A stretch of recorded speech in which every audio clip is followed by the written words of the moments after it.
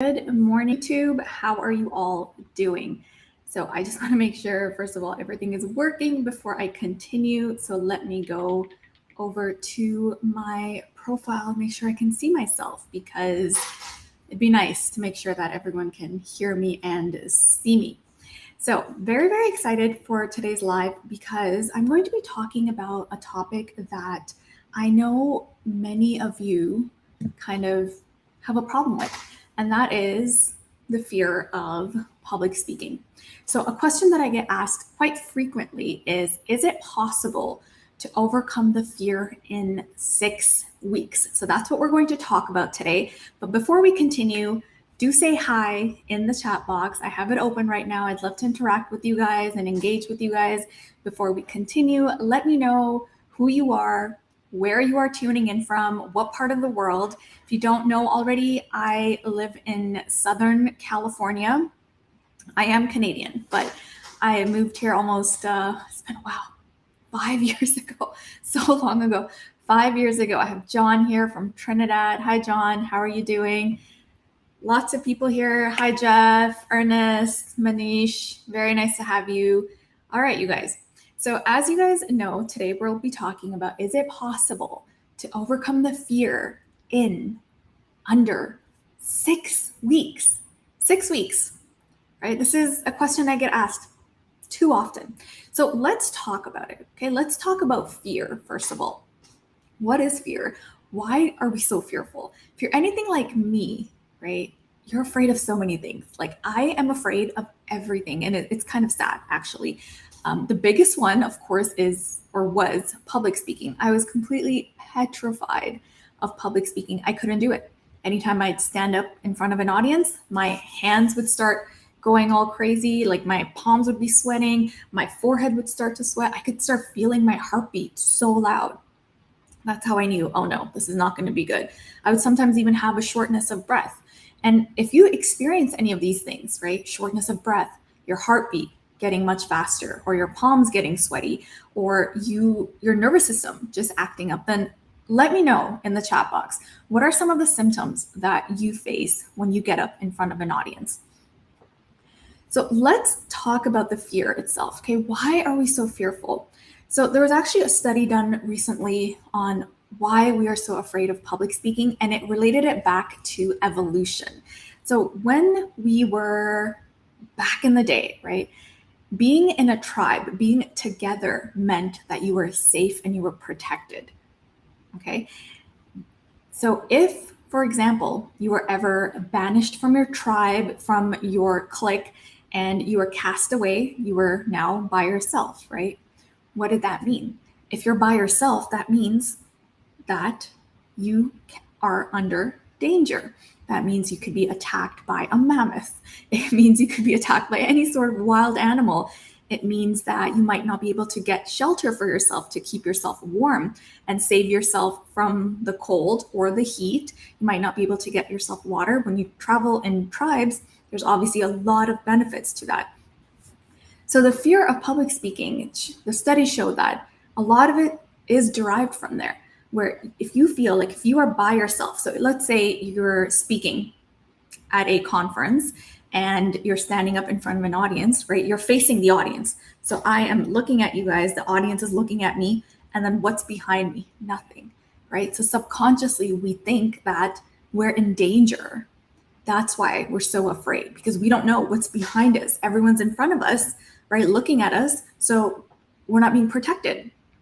And that's one reason why you might be very, very fearful. It might just be that it's in your DNA, right? It's in our DNA. It actually is in our DNA to be afraid of public speaking.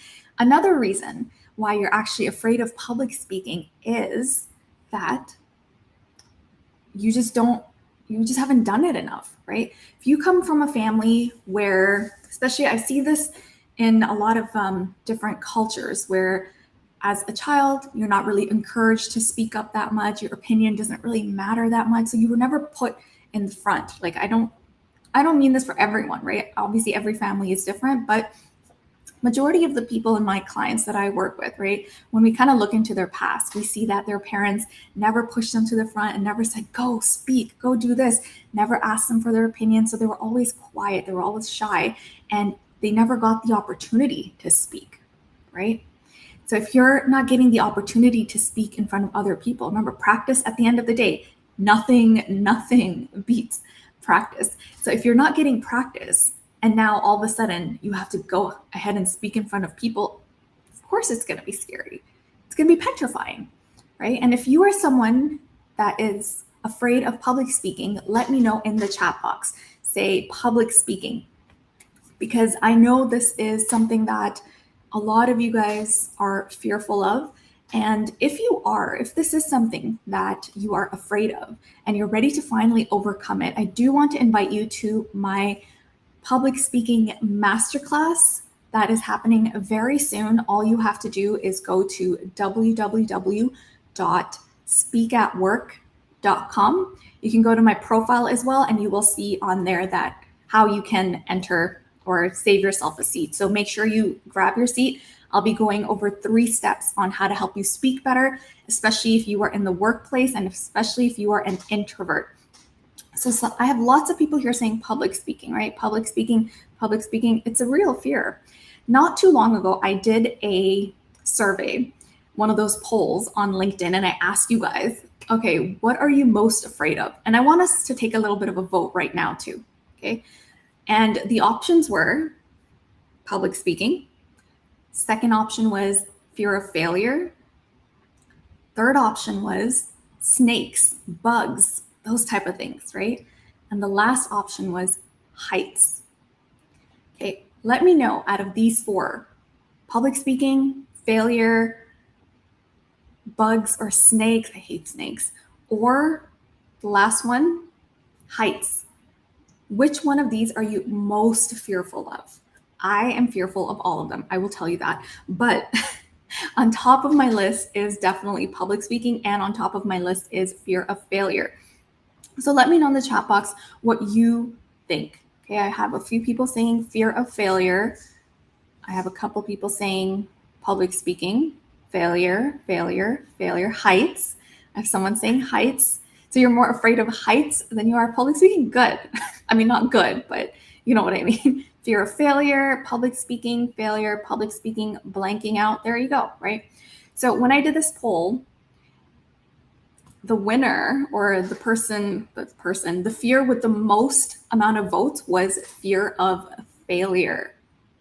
It's a big one, fear of failure. And then it was public speaking. And I'm not surprised, because fear of failure is a form of public speaking, but most of us don't realize it. We think, oh, we're just afraid of speaking up in front of people, and that's that, right? So let's talk about how is it possible, or can you actually overcome that fear in just under 6 weeks? If you guys don't know, my program is it's a 6-week program, okay? And a lot of the times I get asked, how is it possible that you can help me get over this fear in 6 weeks when I've had this fear my entire life, pretty much? And that makes sense. Makes a lot of sense to me. Yes, I know. So is it possible? Let's answer that question. Is it possible to overcome your fear in under 6 weeks? The answer is yes, absolutely. Okay. The reason why people find that hard to believe is because how many of you actually try to do something about that fear? If you have a fear of public speaking, what do? You run away from it. You're like, no, thank you. I don't want to do this. I choose life.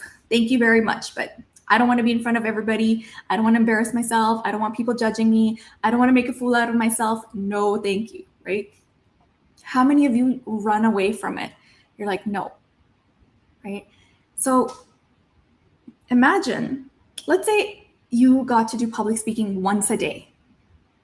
In 6 weeks, you're going to be a pro at it. If you had to speak publicly once a day for 6 weeks, you're going to be a pro at it, right? So what I actually teach you guys is how to be prepared, right? Because that's a big one, impromptu speaking, right? If you're not prepared, what do you say? What do you do? And if you have the time, how do you prepare? Because when you know what to do, how to do it, what to say, how to say it, you're no longer going to be afraid of public speaking. And let me tell you this, the fear does not go away completely. There will still be that fear. It's always going to stay with you, but it is very, very possible to minimize it. Minimize it to a point where it does not affect the way that you speak, that it does not affect the way that you present, and it does not make you stressed out and sick. Because I used to get sick. I have a very sensitive stomach, so I would get sick just from thinking about, oh my gosh, I have to be in front of people. Another thing that would happen is my stomach would get really upset, right? So you can get physically sick from the fear of public speaking as well. So what happens, right? What happens in 6 weeks? So if you are practicing, if you're learning everything, right? If you're learning what public speaking is, where it all comes from, why are we so afraid of it? Why is it even important? Why do I even have to put myself through all of this? Once you understand that, right? And then once you practice it, in 6 weeks, it is very, very possible for you to overcome it. Okay. And I know some people here are mentioning, James is saying Toastmasters helped you overcome your fear of public speaking. Absolutely, right? Same thing with Toastmasters. But going back to 6 weeks, why 6 weeks? And I want to tell you something. And I want to tell you something specifically about my program and why I know it is possible. Because my program does a lot of internal work, right? And what does that mean? Internal work means building your confidence, okay? So before I created this program, I spoke to almost 50 people. I interviewed 50 people. I spoke to them for an entire hour. And these are 50 people that were afraid of public speaking. And I was like, all right, let's talk. Tell me, what are you afraid of? What are some things that you're worried about? What is it that is holding you back? Why is that fear there? And 90% of the time, the more digging we did, I was like, all right, no, you got to give me more. You got to give me more. Why? Did you know what we came down to 90% of the time? I want you guys to take a guess. After I interviewed 50 people, what was the one thing I found in common for those 50 people? 90% at least, right? At least 90% of those 50 people. What was that one thing that I found in common? Why they were so afraid of public speaking? I wonder if you guys can take a guess. I do have my chat box open. Let me know. Why do you think people are so afraid of public speaking? What is it? What is it about it? What is it? I see someone's got it here, right? I'm going to let a few more of you guys respond. Yes. All right. So someone has got it here, right? Suhail, you got it right. At the end of the day, 90% of people had an issue with confidence. It's your confidence that makes you so fearful. If you're not confident in yourself, in your abilities, it's very hard to stand up now in front of people and say, hi, this is what I'm going to teach you today. If you're not confident in yourself. When you're confident in yourself, oh my God, the world will change for you. Have you guys seen that movie or the TV series Inventing Anna? Have any of you guys seen it? Because I think there's a very good lesson that we can draw from this. So Inventing Anna, it's a series on Netflix, and basically I believe she was German. She moved to the US and she pretended to be like a German heiress. And what did she do? She pretended to be an heiress. She acted like an heiress. She spoke like she was an heiress, right? She had so much confidence, and everybody around her was like, oh yeah, okay. They believed her. There was no doubt in their mind. No doubt in their mind that she was who she says she is. Okay. And that's the problem that a lot of us face, right? We actually face the opposite. We are probably very good at our jobs. We're probably very good at what we do, but we think the opposite, right? So the lesson that needs to be drawn from Inventing Anna is that if you believe in yourself and if you put up that front that I am confident, this is who I am, people will believe you. People will look at you and be like, okay, yeah, this is that person, right? And it all comes from you. doesn't come from anybody else. You have to believe it. You have to know that you are that person and that you know what you're talking about and that you have some value to bring. Because once you believe that, everyone else around you will believe it as well, right? Going back to the movie, obviously she scammed a lot of people out of money, and we don't want to do that. But the lesson that we need to take from her is that confidence, right? That confidence in yourself. You believe in yourself and you know who you are, then everyone around you will believe that you are that person too. And it's not like we're pretending, right? I know you guys are smart. Everyone here on LinkedIn, I have some of you guys that have spoken to brilliant people, right? I know that you know your stuff, you just don't believe in yourself, right? Or you don't have that confidence, or you don't think that you know as much as you know. Okay, so once you start doing that, someone's asking, okay, so what is the movie called? It's a TV series and it's called Inventing Anna. And I know there was one more question here, someone asking me if I'm still scared. I'm still scared of public speaking. I have done so much public speaking.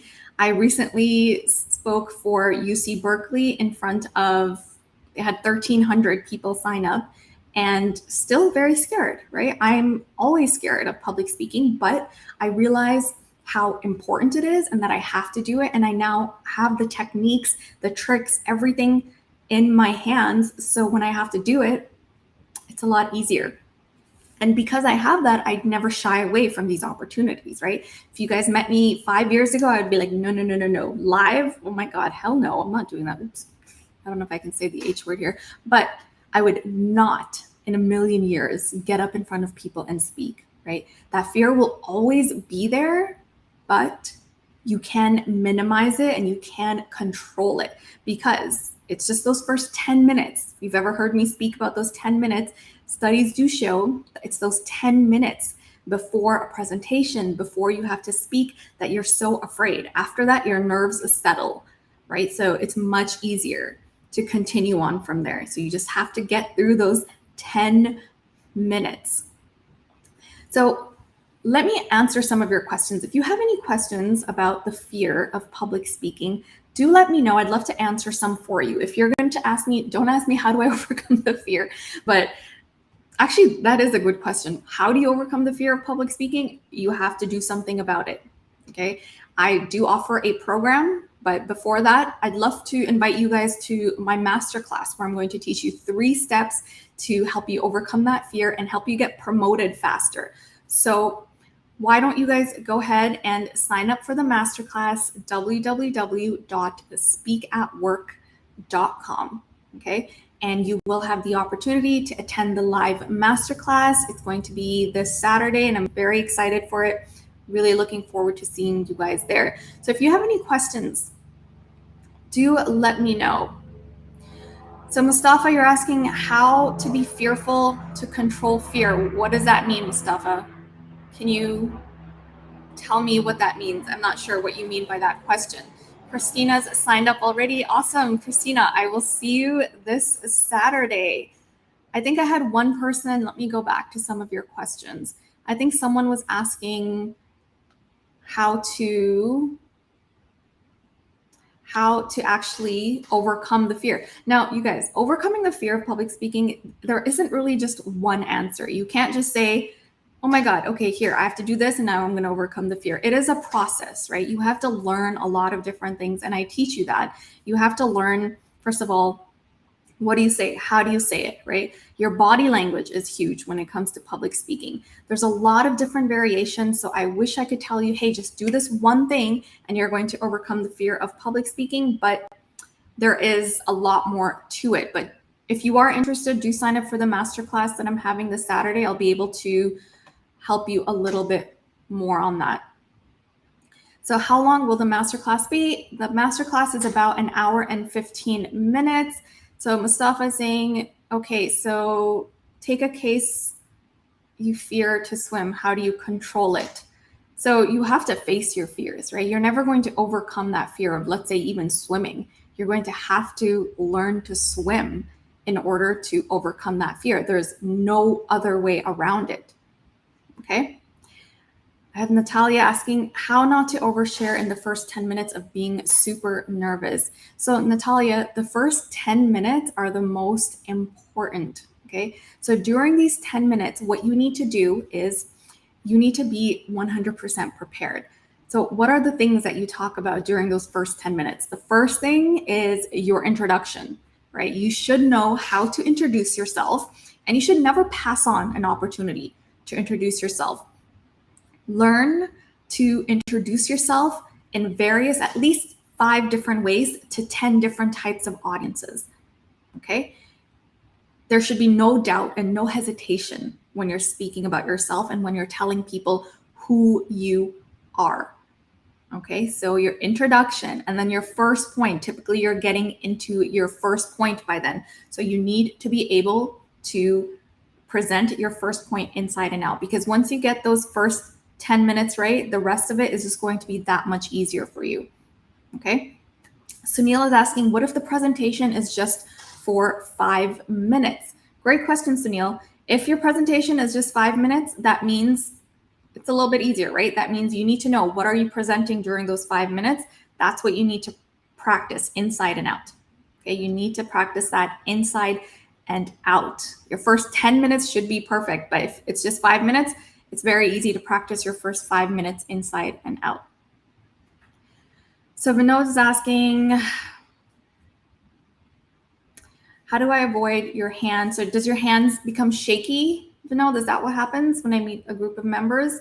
So if your hands are shaky, right? If your hands are shaky, if you're starting to feel some sweat here, that means this is all your nervous system, right? You have to calm your nervous system. And I would not recommend to keep going. I would definitely step away, calm your nervous system, go for a quick walk, do some breathing exercises, and come back. You don't want to push through it. I know a lot of people say, hey, just push through it.